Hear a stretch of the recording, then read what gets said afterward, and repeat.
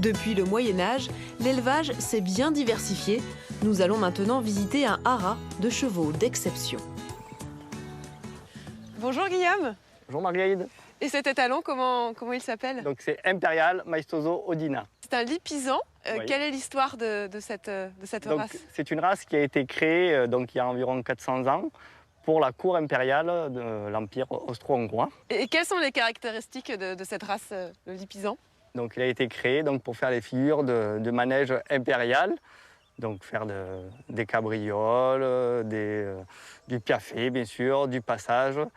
Alors vous montez les lipizzans, c'est votre quotidien, puisque vous avez un élevage ici à la Roque d'Enterron, c'est ça? C'est bien ça, ça fait 40 ans que ça existe. Et donc c'est une histoire de famille. De famille, voilà. Vous travaillez avec votre père. Avec le père et l'oncle. On va les rencontrer? On y va. Allez, je vous suis. Bonjour. Je vous présente Gérard, mon père.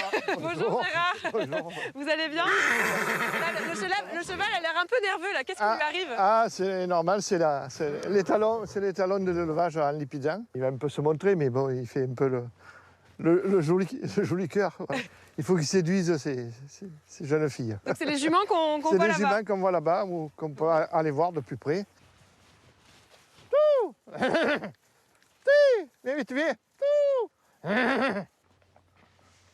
Là, vous avez combien de chevaux en élevage? En élevage, il y a une centaine de sujets, y compris juments, étalons, poulains d'un an, poulains de 2 ans, poulains de 3 ans, voilà. Le cheval, c'est une vraie passion familiale. Comment vous est venu ce virus du cheval? Le virus du cheval, c'est depuis tout jeune. Hein. J'ai eu ma première jument, j'avais 13 ans, et qui a fait le premier poulain, et ce qui a lancé l'élevage.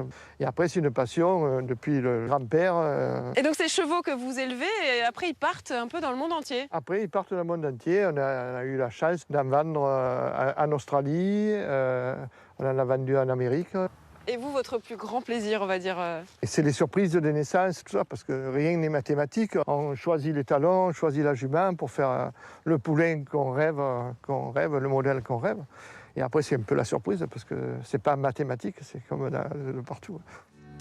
Et la dernière surprise, la voici, Sélénée, une pouliche de seulement 3 jours, est déjà prête à trottiner.